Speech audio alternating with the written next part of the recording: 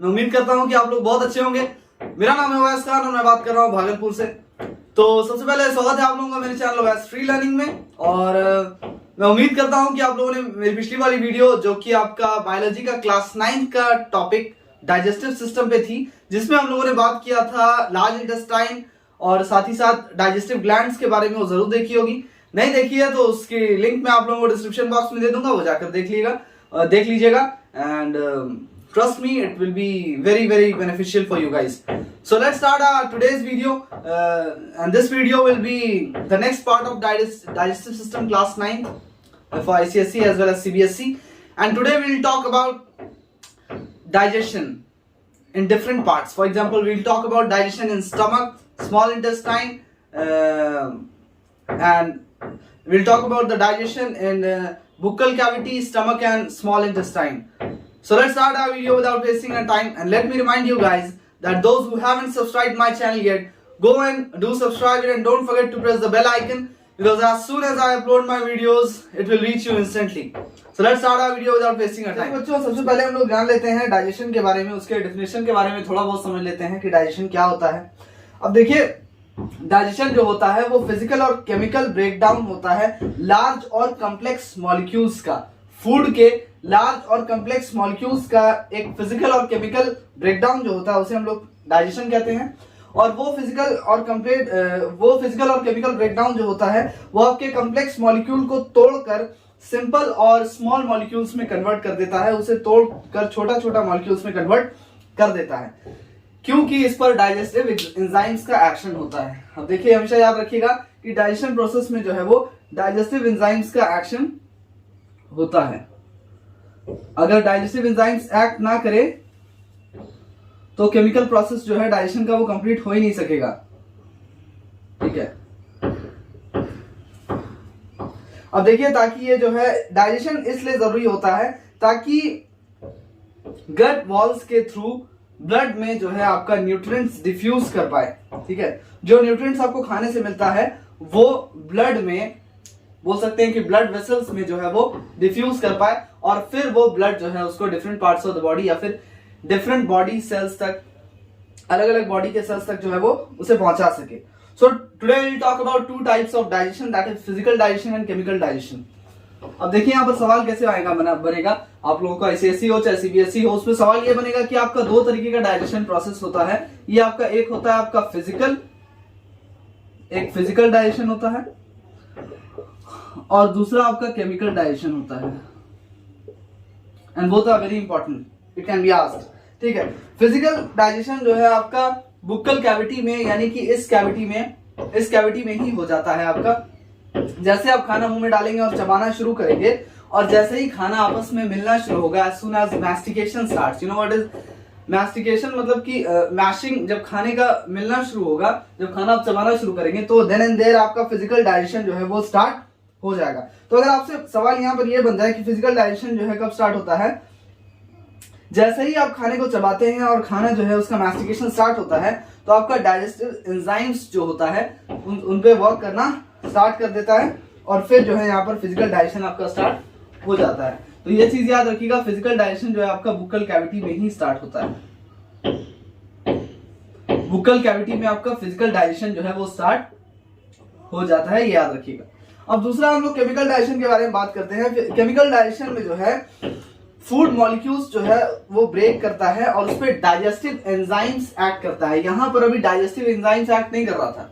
यहाँ पर क्या हो रहा था, सिंपली जो है हम लोग खाने को चबा ले रहे थे और उसका मैस्टिकेशन हो जा रहा था। खाने को चबाते हैं, जब खाना जो है वो टूटता है तो फिर उस पर डाइजेस्टिव एंजाइम्स जो है, जब खाना फिर पेट में जाएगा बाद में, तो फिर आसानी से एक्ट कर पा रहा था, कर सकता है। लेकिन अभी तक जो है एक्ट किया नहीं है digestive enzymes. Not digestive enzymes will act. अब जब यहाँ पर डाइजेस्टिव एंजाइम्स का एक्शन होगा, then we will call it chemical digestion. जब खाना आपका पेट में चला जाएगा, वहां पर आपका जो खाने का जो न्यूट्रिएंट मॉलिक्यूल्स जो है उसके ऊपर डाइजेस्टिव एंजाइम्स का एक्शन होगा, तब फिर आपका केमिकल डाइजेशन जो है वो स्टार्ट होगा। तो केमिकल डाइजेशन जो है वो आपका स्टमक में स्टार्ट होता है। ठीक है, केमिकल डाइजेशन। अब देखिए, हम लोग बात कर लेते हैं सबसे पहले बुक्कल कैविटी के डाइजेशन में, and then we will talk about digestion in oesophagus and then digestion in stomach. First of all, we'll talk about digestion in buccal cavity and then we'll talk about digestion in stomach and small intestine. So let's अब देखिए फटाफट से हम लोग समझ लेते हैं कि बुक्कल कैविटी में डाइजेशन कैसे होता है। यहाँ पर आपका फिजिकल डाइजेशन होता है, केमिकल डाइजेशन नहीं होता है, क्योंकि यहाँ पर कोई केमिकल्स एक्ट नहीं करता है, कोई गैस्ट्रिक जूस, कोई एंजाइम्स का एक्शन नहीं होता है। इस वजह से हम लोग इसको कहते हैं फिजिकल डाइजेशन। अब देखिए सबसे पहली बात हम लोग जान ले कि जो भी खाना हम लोग इंजेस्ट करते हैं, अपने मुंह में लेते हैं, ठीक है, और फिर इसको हम लोग चबाते हैं। जैसे ही हम लोग चबाना स्टार्ट करते हैं और खाने का जो मैस्टिकेशन होना शुरू हो जाता है, तो च्यूइंग और मैस्टिकेशन जैसे ही स्टार्ट होता है, आपका फिजिकल डाइजेशन भी स्टार्ट हो जाता है, क्योंकि खाना जो है उसका ब्रेकडाउन होना चालू हो जाता है। तो सबसे पहली बात, बुक्कल कैविटी में जैसे ही डालते हैं, मुंह के अंदर खाना डालते हैं, this is called Bukkal cavity. मुंह के अंदर का जो कैविटी है, माउथ के अंदर जैसे जाएंगे। अब देखिए यहाँ पर दूसरा क्या होता है कि जैसे ही आप खाने को चबाते हैं, तो म्यूकस जो होता है सलाइवा में, म्यूकस जो होता है सलाइवा में, वो खाने को जो है भिगा देता है। म्यूकस जो होता है सलाइवा में, सलाइवा मतलब थूक, वो खाने को भिगा देता है, मॉइस्चर्स द फूड। अब ये खाने को इसलिए भिगाता है ताकि उसको स्वैलो करने में आसानी हो और उसको चबाने में, मिलाने में आसानी हो। अब तीसरी बात ये है कि यहाँ पर सलाइवा में एक एंजाइम होता है जिसका नाम है सैलिवरी अमाइलेज। सलाइवा में एक एंजाइम होता है जो कि आपका स्टार्च को, जो खाने में जो स्टार्च प्रेजेंट होता है, उसको माल्टोज में कन्वर्ट कर देता है, which is the sugar component. अब देखिए यहाँ पर सैलिवरी अमाइलेज, यहाँ पे एक अलग से सवाल भी आपको बन सकता है कि कौन सा एंजाइम सलाइवा में प्रेजेंट होता है, कौन सा एंजाइम जो है आपका सलाइवा में प्रेजेंट होता है, थूक में प्रेजेंट होता है, जो कि आपका स्टार्च को माल्टोज में कन्वर्ट कर देता है, कन्वर्ट्स स्टार्च इनटू माल्टोज। तो ये याद रखिएगा कि ये जो सैलिवरी अमाइलेज है, इसका फंक्शन भी डायरेक्टली आप लोगों को पूछ सकता है इस तरह से। ये क्या करता है, तो ये स्टार्च को आपका माल्टोज में कन्वर्ट कर देता है। इस तरह से हमारा फिजिकल डाइजेशन जो है वो बुक्कल कैविटी में होता है। फिजिकल इसलिए क्योंकि इसमें जो है खाने का ब्रेकडाउन तो होता है थोड़ा बहुत, लेकिन उसको सिर्फ अभी चबाया जाता है, उस पर कोई एंजाइम्स का एक्शन नहीं हो रहा है, कोई गैस्ट्रिक जूस एक्ट नहीं कर रहा है, कोई केमिकल्स जो है उसमें नहीं मिल रहा है। इस वजह से ये फिजिकल डाइजेशन है, it's not a chemical digestion. तो अगर आपसे सवाल पूछ दिया जाए कि क्या डाइजेशन कहाँ स्टार्ट होता है आपका, तो बुक्कल कैविटी में ही आपका डाइजेशन स्टार्ट हो जाता है। जैसे ही आप खाने को मुंह में डालते हैं, इंजेस्ट करते हैं, चबाना स्टार्ट करते हैं, digestion starts then and there. But it's a physical digestion. Why? Because no chemical enzymes are acting on it, that's why. So now we'll talk about chemical digestion and before that we'll talk about pharynx and oesophagus. Pharynx किसे कहते हैं? Throat का जो area होता है, throat section, उसे हम लोग कहते हैं pharynx। और उसके बाद नीचे जो आपका फूड पाइप होता है जिससे खाना जो है वो नीचे उतर के पेट में जाता है, that is called ओएसोफेगस। So let's rub it first. थोड़ा बहुत हम लोग फैरिंग्स और ओएसोफेगस के बारे में बात कर लेते हैं, यहां से भी सवाल बनेगा। ओएसोफेगस के बारे में मैं आप लोगों को पहले भी पढ़ा चुका हूं, फैरिंग्स के बारे में मैं आप लोगों को पहले भी पढ़ा चुका हूं। फैरिंग्स जो होता है ये थ्रोट एरिया को कहते हैं, ठीक है। फैरिंग्स में नासोफैरिंग्स, ओरोफैरिंग्स, ये सब होता है, मैंने आपको पढ़ाया है। तो फैरिंग्स आपका बेसिकली इस थ्रोट सेक्शन को कहते हैं। थ्रोट इन्फेक्शन हुआ है ना कभी कभी, तो वही होगा। और ओएसोफेगस जो है वो आपका फूड पाइप को कहते हैं, जिस पाइप से आपका खाना बुक्कल कैविटी से पेट में जाता है, बुक्कल कैविटी से पेट में जिस पाइप के थ्रू खाना जाता है, and this is also known as food pipe. ये हम लोग पहले से भी जानते हैं, ये सवाल आपका बन भी सकता है कि फूड पाइप का नाम क्या है, तो ओएसोफेगस है।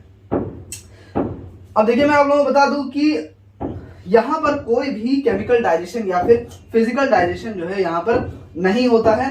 ना फैरिंग्स में कोई फिजिकल या केमिकल डाइजेशन होता है, ना ही ओएसोफेगस में कोई फिजिकल या फिर केमिकल डाइजेशन होता है। बस इसका काम यही है कि फूड को ये बुक्कल कैविटी से स्टमक में पास कर देता है। तो इसका अगर आपसे फंक्शन पूछ दे तो डायरेक्टली लिख दीजिएगा, passes the food from buccal cavity to stomach, यानी बुक्कल कैविटी से आपका स्टमक में खाना पहुंचा देता है। बस ये इसका फंक्शन पूछ सकता है, write the function, you can note it down और you can take the screenshot. चलिए फटाफट से बात कर लेते हैं कि स्टमक में डाइजेशन कैसे होता है। स्टमक में डाइजेशन कैसे होता है। अब देखिए, प्रोटीन डाइजेशन से अगर सवाल पूछा जाए कि प्रोटीन वाला खाना जो हम लोग खाते हैं, जैसे कि चिकन खाते हैं, जैसे कि मीट खाते हैं, ये सब का डाइजेशन आपका कहाँ स्टार्ट होता है, तो मैं आपको बता दूं कि प्रोटीन डाइजेशन आपका स्टमक में ही स्टार्ट होता है। क्योंकि प्रोटीन का डाइजेशन जो है, जो गोश्त खाते हैं या फिर मीट ये सब खाते हैं, उसका डाइजेशन आपका बुक्कल कैविटी में स्टार्ट नहीं हो सकता है। That's not easy, that's not possible. Protein digestion हमेशा स्टमक में ही स्टार्ट होता है। तो अगर यहां से सवाल आ जाए कि स्टमक में ये प्रोटीन डाइजेशन कहाँ स्टार्ट होता है, तो वो स्टमक में स्टार्ट होता है। बाकी नॉर्मल जो खाना है, पालक सब्जी, ये सब का डाइजेशन आपका बुक्कल कैविटी में ही स्टार्ट हो जाता है।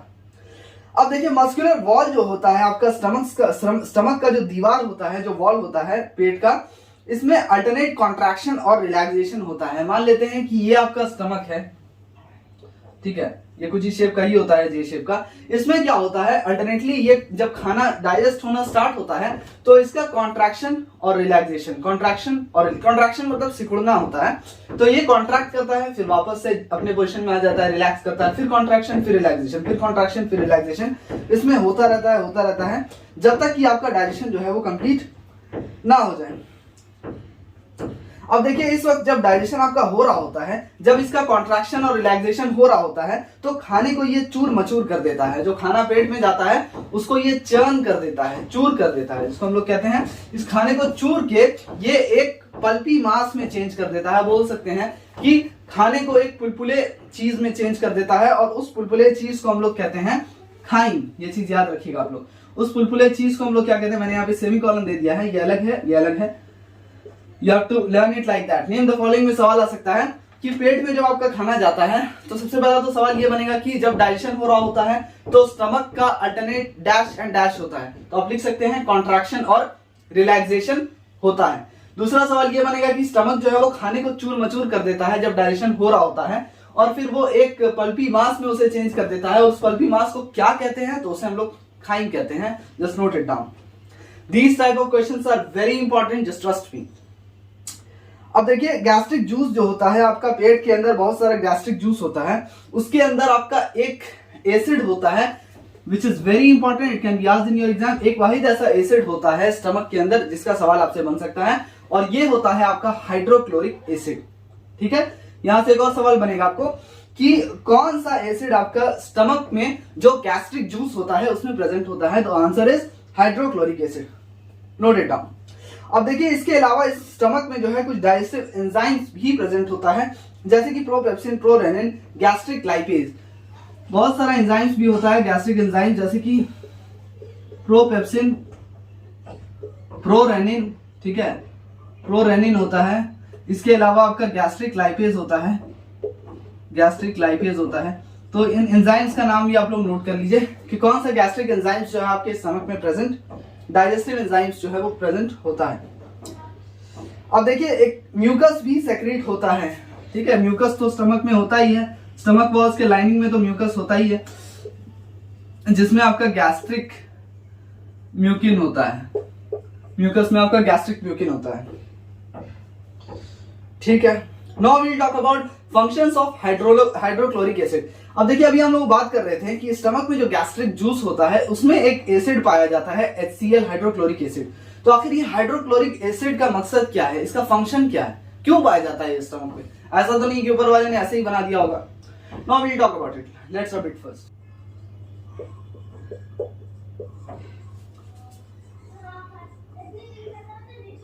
तो चलिए फटाफट से हम लोग हाइड्रोक्लोरिक एसिड के फंक्शंस के बारे में बात कर लेते हैं। इसका सबसे पहला फंक्शन ये है कि ये खाने का जो पीएच वैल्यू है उसको अल्कलाइन से एसिडिक बनाता है, ठीक है। मेक्स पीएच ऑफ फूड, उसको अल्कलाइन से एसिडिक बनाता है। मतलब हम लोग जानते हैं कि 7 से ऊपर जिसका पीएच वैल्यू होता है वो बेस होता है, और 7 से नीचे जो होता है वो एसिडिक होता है। तो 7 से जितना कम होता जाएगा उतना ही ज्यादा वो एसिडिक, उसका स्ट्रॉन्ग एसिडिटी उसका ज्यादा बढ़ता जाएगा। तो यहाँ पर ये खाने का जो पीएच होता है उसको अल्कलाइन से एसिडिक बनाता है। दूसरी बात ये है ताकि डाइजेशन जो है वो आसानी से हो सके, इस वजह से एसिडिक बनाता है। दूसरी बात ये बैक्टीरिया को जो है डिस्ट्रॉय कर देता है। अगर खुदा न खास्ता खाने में जो है गलती से बैक्टीरिया आ जाता है, आपको ऐसा खाना खा लेते हैं जो कि बाहर रखा हुआ पड़ा हो, उससे बैक्टीरिया बैठ गया हो आके, तो फिर जब आपके पेट में जाता है तो HCl उस बैक्टीरिया को डिस्ट्रॉय कर देता है, किल्स बैक्टीरिया इन फूड। ठीक है, तो खाने में अगर मान लेते हैं बैक्टीरिया पाया जाता है तो उसको भी वो मार देता है देर देर। इसके बाद ये एंजाइम्स को जो है एक्टिवेट करने में भी हेल्प करता है आपका HCl, तो आप लोग नोट डाउन कर सकते हैं, एक्टिवेट कर देता है आपके इनएक्टिव एंजाइम्स को, एक्टिवेट। अब कौन से एंजाइम्स को एक्टिवेट कर देता है? प्रोपेप्सिन को एक्टिव पेप्सिन बना देता है।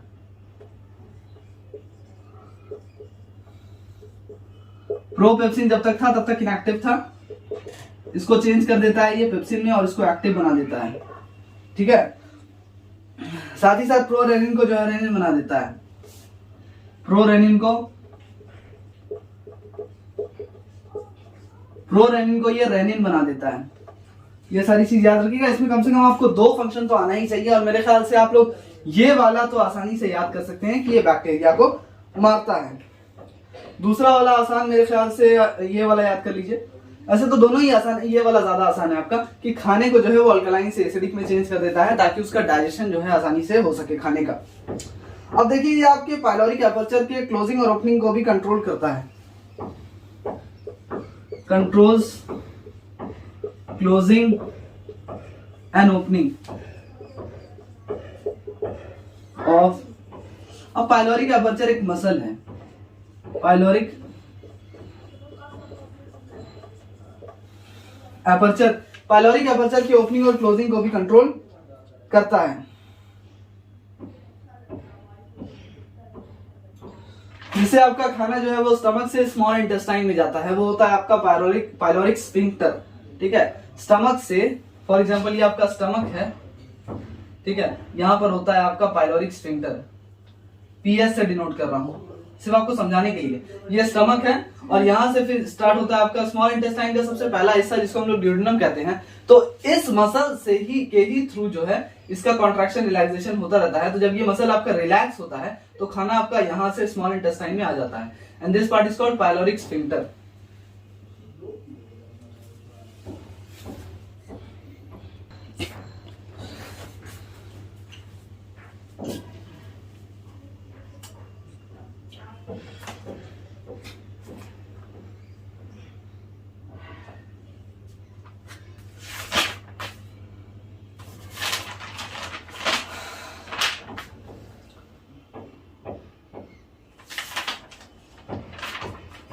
अब चलिए फटाफट से हम लोग इन एंजाइम्स के बारे में बात कर लेते हैं। अभी जिन एंजाइम्स के बारे में हम लोगों ने बात किया था कि स्टमक में जो है आपका प्रोपेप्सिन और प्रोरेनिन पाया जाता है, तो आखिर इन एंजाइम्स का फंक्शन है क्या? Let's talk about it.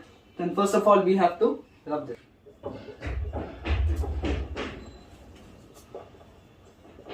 ये आपका प्रोटीन मॉलिक्यूल्स को बदल के चेंज कर देता है पेप्टोन्स एंड प्रोटियोजेस में, एक नए कंपोनेंट में चेंज कर देता है जिसका नाम आपका पेप्टोन्स और प्रोटियोजेस है। तो यहां से आपको सवाल बन सकता है कि write the function of pepsin, hydrolyses protein molecules into peptones and proteoses. अब देखिए ये क्या करता है, आपका प्रोपेप्सिन जो होता है, हम लोग जानते हैं कि प्रोपेप्सिन जो है वो एक इनएक्टिव फॉर्म है, कि स्टमक में जो एंजाइम पाया जाता है आपका डाइजेस्टिव एंजाइम प्रोपेप्सिन, ये आपका इनएक्टिव फॉर्म में होता है। ठीक है, अब इस पे यहाँ पर HCl जो है वो कैटलिस्ट की तरह काम करता है। अभी थोड़ी देर पहले मैंने आपको बताया था कि ये जो HCl है ये इस इनएक्टिव एंजाइम को एक्टिव बना देता है।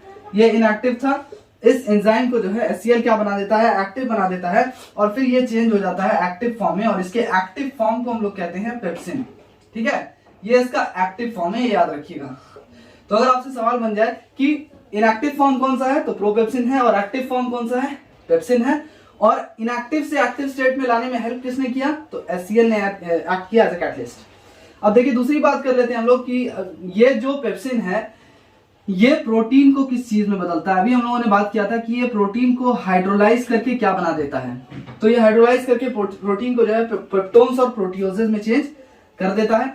अब यहां पर जो है ये एक्टिव फॉर्म, ये एक्टिव एंजाइम यानी कि पेप्सिन जो है एक्ट कर रहा है, और ये प्रोटीन को आपका पेप्टोन्स प्लस प्रोटियोजेस में चेंज कर देता है, प्रोटियोजेस में चेंज कर देता है। आप देखिए इस तरह का सवाल आपका एग्जाम में बहुत ज्यादा बनता है बच्चों। It's very important, both of the questions are very important from your exam point of view. ये पहला वाला आपको दे देगा, सीधा बना के दे देगा कि प्रोपेप्सिन जो है वो इस तरह से एरो करके दे देगा और फिर यहाँ पर डैश दे देगा और HCl को दिखा देगा एज ए कैटलिस्ट जो कि यहाँ पर एक्ट कर रहा है।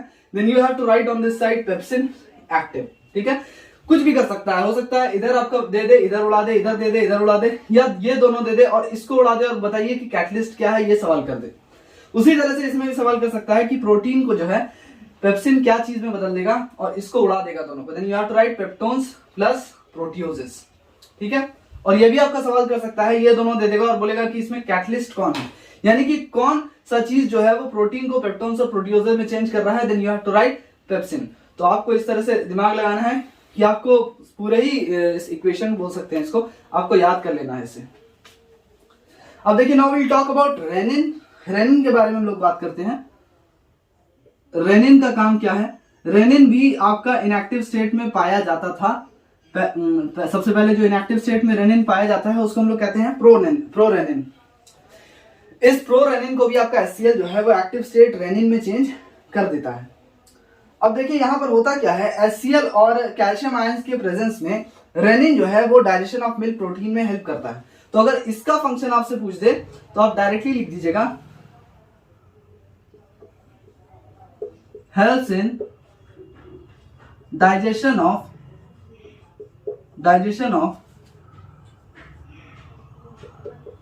Milk protein, helps in digestion of milk protein. This is the function of renin.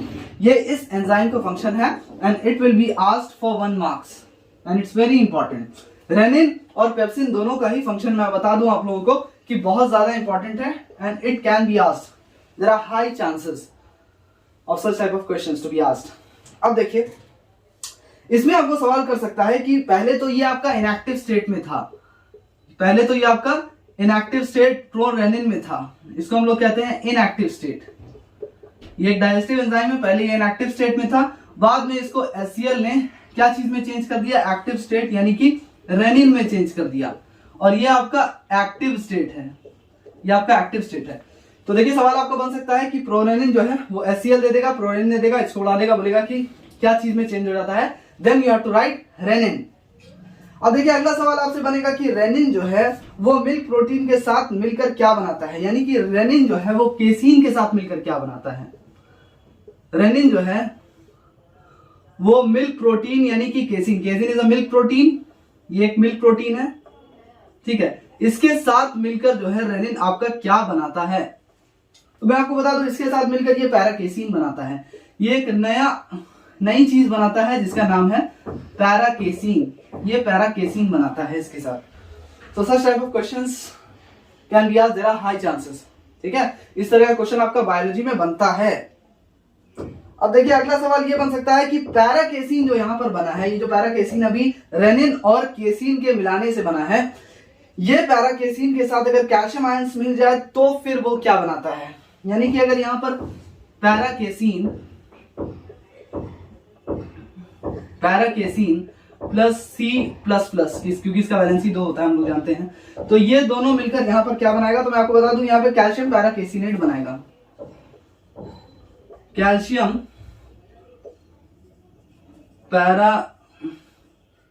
पैराकेसिनेट यहां पर बनाएगा ये, और ये आपका इनसॉल्युबल कंपोनेंट है, ये आपका इनसॉल्युबल है, ये याद रखिएगा। तो इस तरह का सवाल आपको एग्जाम में बनने का चांसेस है। उसी तरह से फिर ये कैल्शियम पैराकेसिनेट जो है वो पेप्सिन के साथ मिलकर प्रोटियोजेस, पेप्टोन्स और पॉलीपेप्टाइड्स बनाएगा। Now we will talk about gastric lipase and gastric प्यूकिन। Let's rub it first. इसका स्क्रीनशॉट ले लीजिए, it's very important for your exam.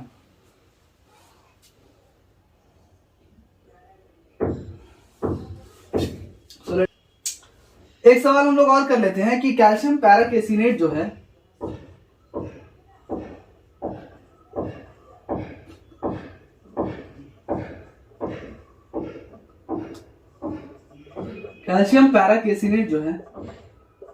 वो इसके साथ मिलकर क्या बनाएगा। वो पेप्सिन के साथ मिलकर क्या बनाएगा? तो मैं आपको बता दूं कि इसके साथ मिलकर प्रोटियोजेस प्लस पेप्टोन्स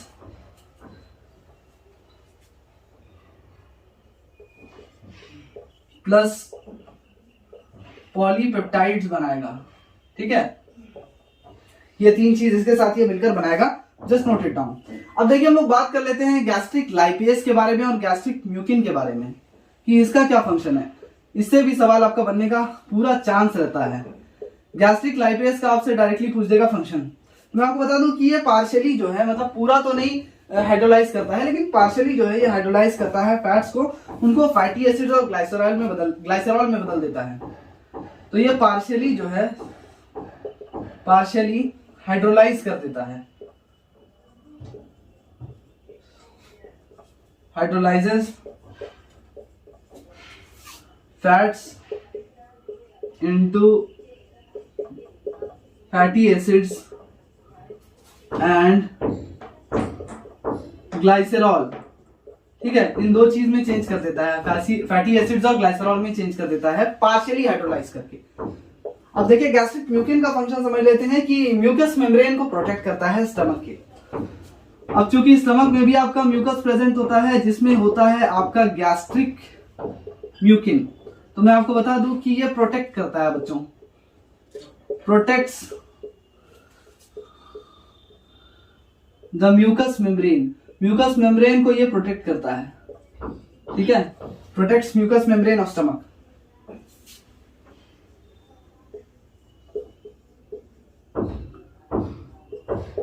तो ये सारा फंक्शन आपको पूछ सकता है, पूरा चांस है। Write the function of gastric lipase, partially hydrolyzes fats into fatty acids and glycerol. Write the function of gastric mucin and can be asked for 1 marks. Protects the mucous membrane of stomach. अब हम लोग समझ लेते हैं फटाफट से digestion in small intestine के बारे में कि स्मॉल इंटेस्टाइन में जो है आपका डाइजेशन कैसे होता है। चलिए इसे मिटा लेते हैं।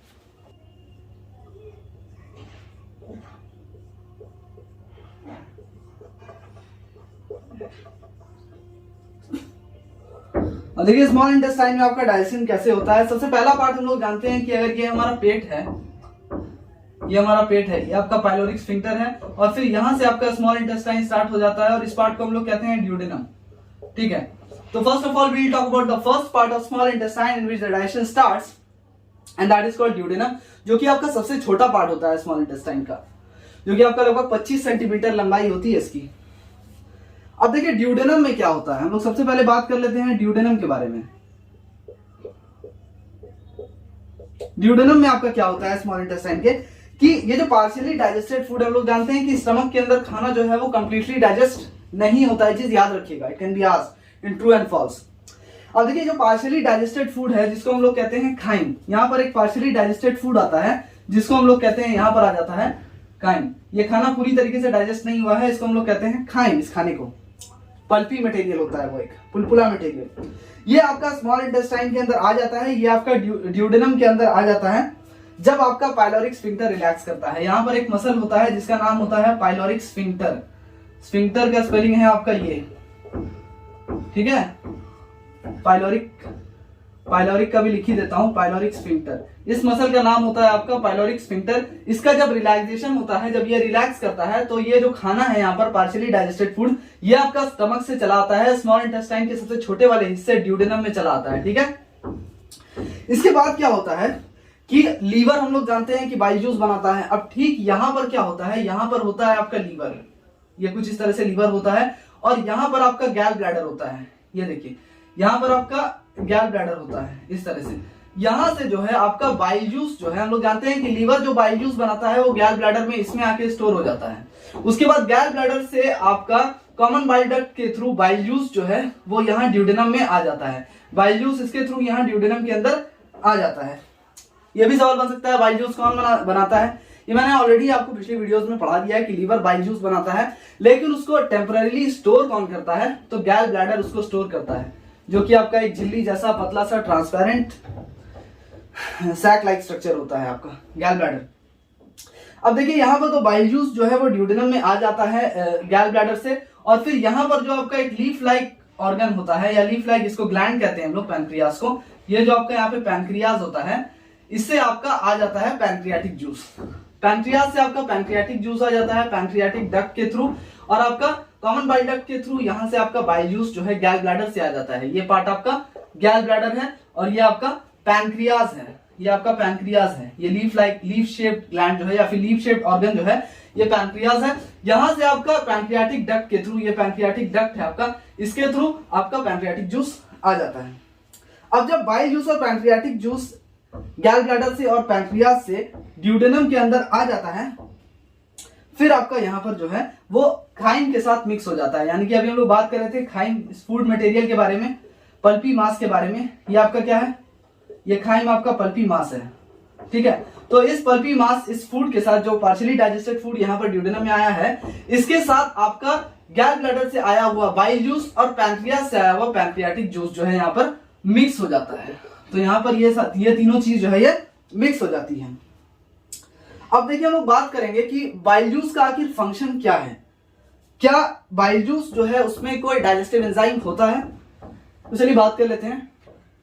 ड्यूडेनम के बारे में हम लोग यही बात कर रहे थे कि यहां पर आपका मिक्स हो जाता है, मिक्स हो जाता है, तीन चीज यहां पर मिक्स होता है। ये खाइम जो है, खाइम प्लस गैल ब्लैडर से आया हुआ बाइल जूस, बाइल, और पैनक्रियाज से आया हुआ पैनक्रियाटिक जूस, ठीक है, पैनक्रियाटिक जूस। तो ये चीज याद रखिएगा कि ये तीनों चीज जो है ये यहां पर मिक्स हो जाता है आपका इस पार्ट, स्मॉल इंटेस्टाइन के सबसे पहले वाले पार्ट ड्यूडेनम में।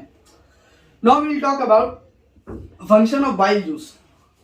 अब देखिए यहीं पे मैं एक्सप्लेन कर देता हूं आपको बाइल जूस का फंक्शन क्या है।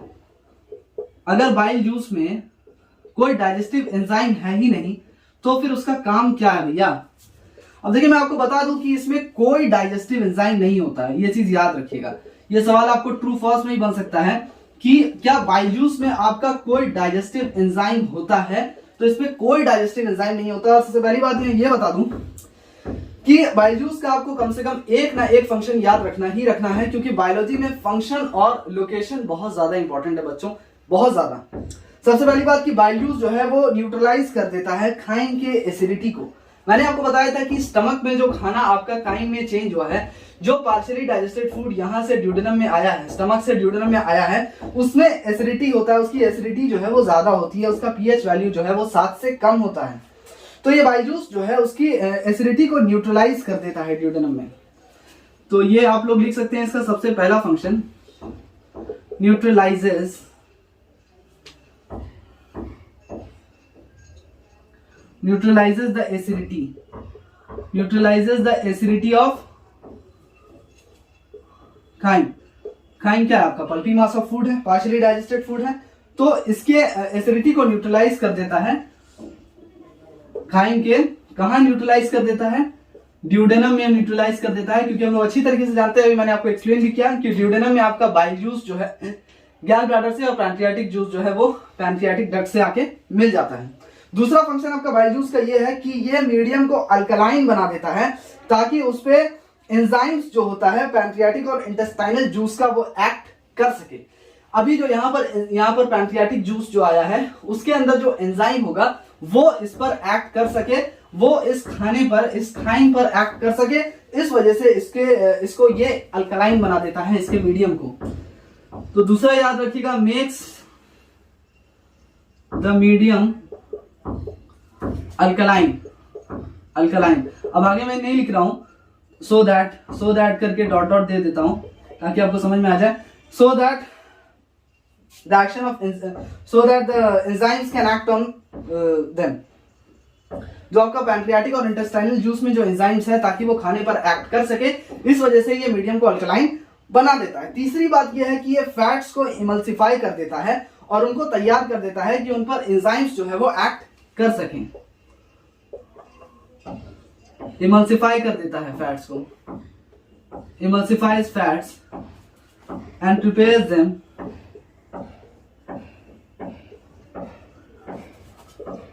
For action of enzymes. ठीक है, तो फैट्स को इमल्सिफाई कर देता है और उसको तैयार कर देता है कि उसके ऊपर एंजाइम्स जो है वो एक्ट कर सकें। अगर यह फैट्स को इमल्सिफाई नहीं करता तो उस पर एंजाइम एक्ट नहीं कर सकता, याद रखिएगा, अगर बाइल जूस ऐसा नहीं करता। इससे पहले मैं आप लोगों को एक्सप्लेन कर दूं, आप लोग सोच रहे होंगे कि इमल्सिफिकेशन का मतलब क्या होता है।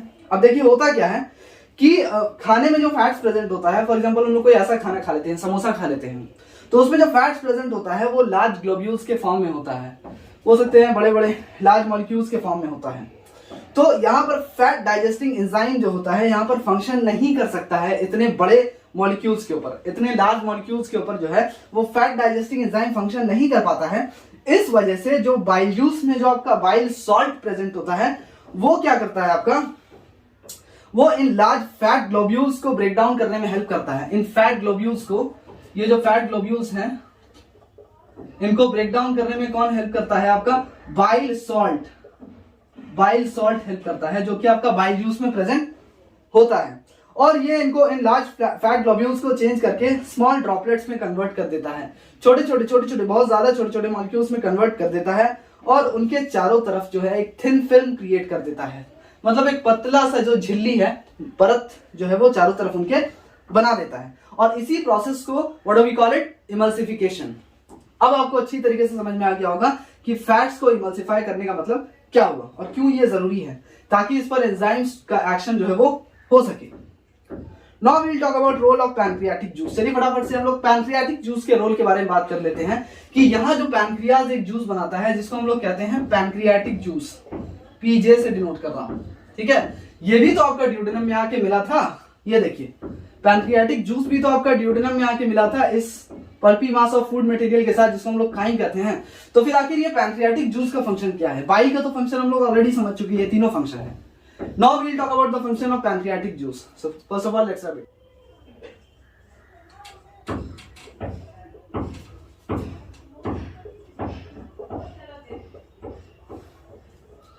अब देखिए बच्चों पैनक्रियाटिक जूस का फंक्शन लोग फटाफट से समझ लेते हैं।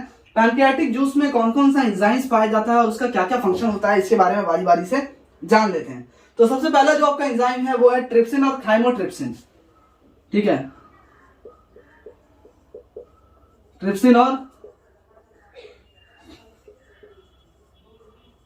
थाइमोट्रिप्सिन, ये दोनों एंजाइम के बारे में बात करेंगे, इसके फंक्शंस के बारे में बात करेंगे और इससे सवाल आपका कैसे बनेगा इसके बारे में हम लोग बात करेंगे। सबसे पहला तो आपका पूछेगा कि कौन सा दो तीन एंजाइम का नाम लिख दीजिए जो कि आपका पैनक्रियाटिक जूस के अंदर पाया जाता है, वो जूस जो आपका पैनक्रियाज बनाता है। ये जो लीफ लाइक ऑर्गन है, ये जो आपका जूस बनाता है इसको हम लोग कहते हैं पैनक्रियाटिक जूस, पीजे से डिनोट कर रहा हूं।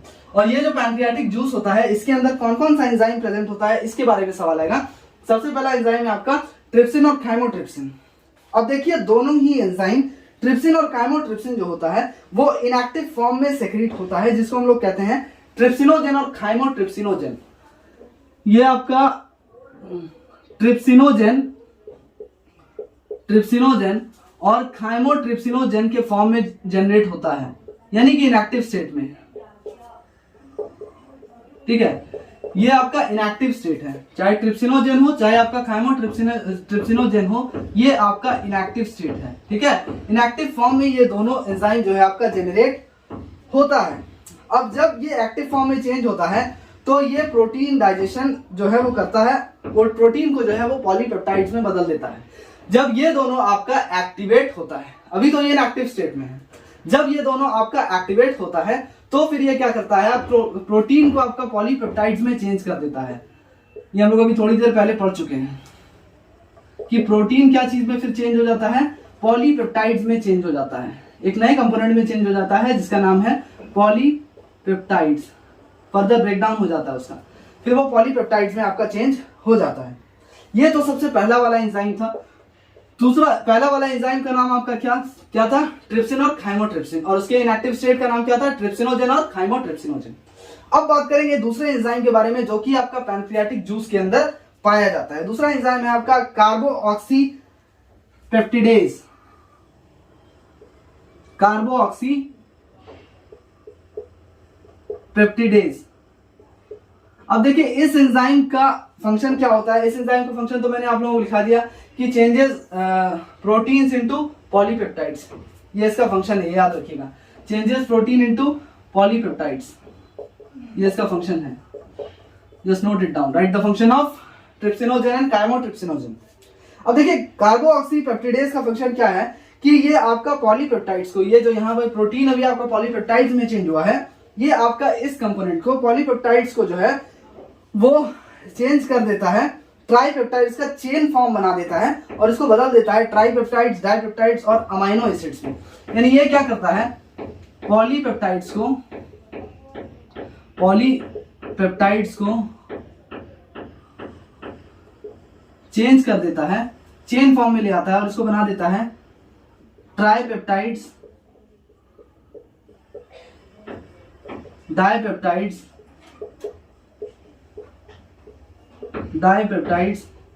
और अमाइनो एसिड्स में चेंज कर देता है। अब एक सवाल आपको मैं पहले ही से बता दे रहा हूं कि सवाल ये बनेगा आपका कि प्रोटीन जो है वो कौन से एसिड में चेंज हो जाता है डाइजेशन के बाद, तो ये आपका अमाइनो एसिड्स में चेंज हो जाता है डाइजेशन के बाद। ये सवाल आपका नेम द फॉलोइंग में ज्यादातर बनता है। अब देखिए मैंने आपको बताया कि ये अब आपका पॉलीपेप्टाइड जो है आपका ट्राइपेप्टाइड्स, डाइपेप्टाइड्स और अमाइनो एसिड्स में ऑलरेडी चेंज हो चुका है। इसके बाद हम लोग बात करते हैं दूसरे एंजाइम के बारे में जिसका नाम है पैनक्रियाटिक अमाइलेज। पैनक्रियाटिक अमाइलेज के बारे में बात कर लेते हैं।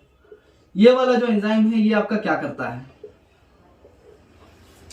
अब देखिए बच्चों, इसका दूसरा नाम आपका अमाइलोप्सिन भी है, ये चीज याद रखिएगा। अमाइलोप्सिन जो है ये इसका दूसरा नाम है पैनक्रियाटिक अमाइलेज का। अब देखिए पैनक्रियाटिक अमाइलेज जो है आपका जो बचा कुचा जो इसमें कुछ बचा कुचा जो स्टार्च होगा उसको आपका चेंज कर देता है माल्टोज में। माल्टोज एक डाइसैकेराइड है, ठीक है, डाइसैकेराइड फॉर्म ऑफ शुगर है। तो मैं आपको बता दूं, अगर इसका फंक्शन आपको लिखने के लिए आ जाए तो आप लोग डायरेक्टली लिख सकते हैं कि ये हाइड्रोलाइज कर देता है, ये आपका बचे कुचे स्टार्च को चेंज कर देता है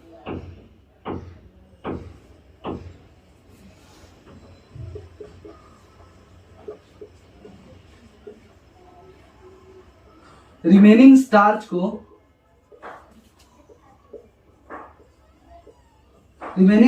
और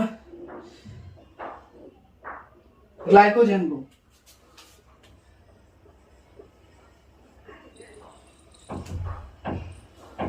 माल्टोज में बदल देता है, ठीक है, माल्टोज जो कि एक डाइसैकेराइड है उसमें बदल देता है। अब देखिए आखिरी वाला हम लोग पैनक्रियाटिक न्यूक्लियस के बारे में बात कर लेते हैं जिसमें आपका राइबोन्यूक्लियस और डीऑक्सीराइबोन्यूक्लियस के बारे में हम लोग बात करेंगे। तो चलिए फटाफट से हम लोग पहले चलिए नीचे ही लिख लेते हैं यहां पर।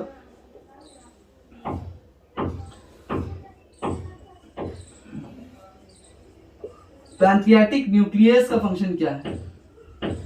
पैनक्रियाटिक न्यूक्लियस जिसमें आपका पाया जाता है आरनेज और डीनेज,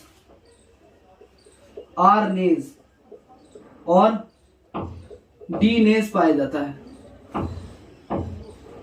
डीनेज पाया जाता है। आरनेज का मतलब है राइबोन्यूक्लियस और डीनेज का मतलब है डीऑक्सीराइबोन्यूक्लियस।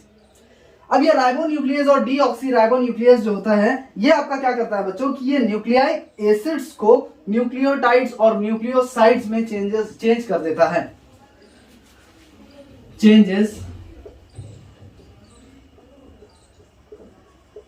न्यूक्लियाइक एसिड्स को चेंज कर देता है न्यूक्लियोटाइड्स में और न्यूक्लियोसाइड्स में चेंज कर देता है, ठीक है। तो उम्मीद करता हूं यहां तक आप लोगों को बहुत अच्छी तरीके से समझ में आया होगा। लास्ट वाला हम लोग बात कर लेते हैं कि इलियम में फिर क्या होता है। स्मॉल इंटेस्टाइन के पहले वाले हिस्से, सबसे छोटे वाले हिस्से में ड्यूडेनम में कुछ इस तरीके से आपका डाइजेशन होता है। मैंने आपको समझा दिया कि सवाल आपका किस किस तरीके से बन सकता है। Now we will talk about how digestion happens in ileum. Let's देखिए स्मॉल इंटेस्टाइन के दूसरे वाले हिस्से इलियम में डाइजेशन कैसे होता है इसके बारे में जान लेते हैं। अब डाइजेशन में देखिए जेजुनम का कोई खास रोल कुछ होता नहीं है, इस वजह से यहाँ पे कुछ नहीं लिखा है। डायरेक्टली ड्यूडेनम से हम लोग इलियम पर चले आए हैं। इलियम जो कि स्मॉल इंटेस्टाइन का सबसे बड़ा वाला हिस्सा होता है जिसकी लंबाई 12 फीट के करीब होती है, ये चीज याद रखिएगा। ये मैंने पहले भी आप लोगों को पढ़ा दिया है लेकिन फिर से एक बार रिमाइंड कर देता हूँ। This such type of questions can be asked. सबसे बड़ा पार्ट कौन सा होता है स्मॉल इंटेस्टाइन का। अब देखिए इलियम में जो इंटेस्टाइनल ग्लैंड्स होता है, इलियम के अंदर जितना भी ग्लैंड्स होता है वो इंटेस्टाइनल जूस सेक्रीट करता है। ये इसके अंदर जितना भी ग्लैंड्स पाया जाता है वो इंटेस्टाइनल जूस सेक्रीट करता है, जिसको हम लोग कहते हैं सकस इंटेरिकस। इंटेस्टाइनल जूस को क्या कहते हैं हम लोग, क्या कहते हैं? ये सवाल आपका नेम द फॉलोइंग में बनेगा। इंटेस्टाइनल जूस को क्या कहते हैं? सकस इंटेरिकस कहते हैं इसको। ये आपका ई से होगा, सॉरी, सकस इंटेरिकस। अब देखिए इसमें ये जो इंटेस्टाइनल जूस होता है ये डाइजेशन के एंड प्रोडक्ट्स पे एक्ट करता है ड्यूडेनम में, ठीक है। जो डाइजेशन आपका ड्यूडेनम में हुआ था, ड्यूडेनम से होते हुए, फॉर एग्जांपल ये आपका स्मॉल इंटेस्टाइन का ड्यूडेनम था, ये आपका जेजुनम था, और उसके बाद अब ये वाला जो आखिरी हिस्सा है ये आपका मान लेते हैं इलियम है। फॉर एग्जांपल यहाँ से जो है आपका इलियम स्टार्ट होता है, यहाँ से अगर आपका इलियम स्टार्ट होता है तो फिर बाकी जो इलियम में क्या होगा कि इलियम में आपका प्रेजेंट होता है कौन सा इंटेस्टाइनल जूस, सकस इंटेरिकस प्रेजेंट होता है। तो ये सकस इंटेरिकस जो इंटेस्टाइनल जूस है ये करता क्या है कि अब यहां से जो डाइजेस्टेड फूड आपका आया है, यहां से जो आपका डाइजेस्ट होके जो आपका खाना आया है, जो बचा कुचा जो चीज है उसमें उस डाइजेशन को कंप्लीट करने में हेल्प करता है, क्योंकि यहां पर सकस इंटेरिकस में कुछ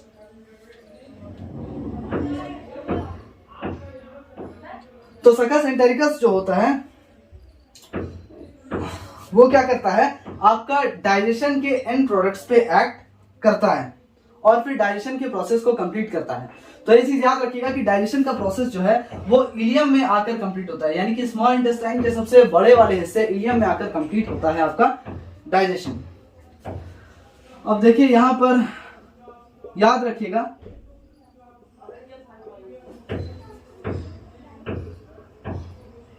डाइजेशन कंप्लीट्स, यहाँ पर इस हिस्से में आपका डाइजेशन। स्टूडेंट्स मैं उम्मीद करता हूँ कि आप लोगों को आज की वीडियो पसंद आई होगी, जिसमें हम लोगों ने कंप्लीट डाइजेशन के प्रोसेस के बारे में बात किया है कि डाइजेशन जो है आपका फिजिकल डाइजेशन कहाँ पर स्टार्ट होता है, बुक्कल कैविटी में, और फिर आपका केमिकल डाइजेशन जो कि स्टमक में आपका स्टार्ट होता है, डाइजेशन इन स्मॉल इंटेस्टाइन के बारे में भी हम लोगों ने बात किया है। तो चलिए फिर इंशाल्लाह ताला अगली वीडियो में हम लोग बात करेंगे कुछ एंजाइम्स के बारे में जो कि आपका स्मॉल इंटेस्टाइन में प्रेजेंट होते हैं, क्योंकि वीडियो ऑलरेडी आज की बहुत ज्यादा बड़ी हो गई है और कोई चारा ही नहीं था एक ही में कवर अप करना था। तो इंशाल्लाह ताला will meet up in our next video. Till then good bye, take care, अल्लाह हाफिज एंड कीप सपोर्टिंग।